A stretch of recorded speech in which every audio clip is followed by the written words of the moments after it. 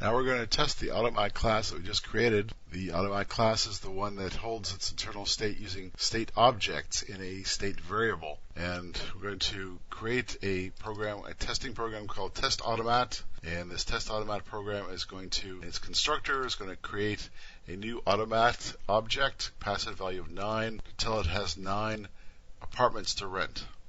So the first thing we're going to do is have the Automat get an application from a candidate, a renter candidate, and so it's going to say automat.get application, and then it's going to have to check the application to see whether or not it's going to rent to that person, and there's a so-and-so chance that it will, and there's also a chance that it won't, and then rent the apartment if appropriate.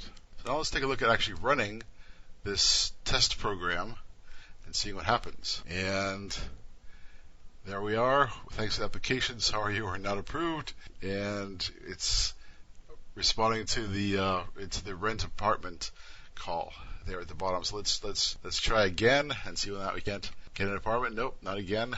And there we are. Finally, we were approved for an apartment thanks to the application. Congratulations, you're approved. Renting your apartment. Here are your keys. So you see, we're getting the same kind of response as with when we used methods to implement the state design pattern, but now we're using objects to implement the state design pattern. And the idea here is that you have a variable that holds different state objects, and the objects correspond to the 4 different states of the application, fully rented state and so forth, and they go into a state variable, and this variable has its methods called on it, and those methods, the code stays the same in the Automat, but what actually changes is the response of the state object, because in the state variable, because that state object is different depending on the internal state of the Automat. So that's how you can actually store state in a state variable using state objects. Don't have to actually use a set of methods. Instead, you can use objects. So that's an alternate way of implementing the state design pattern, and a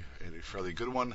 And so you'll often see this, as a matter of fact, in Java. This kind of thing appears a lot. You have an internal state variable of some sort, and you load different objects into it, and then you can call same methods on that variable, but you get different responses depending on what actual state object is loaded into that variable. So that is the state design pattern.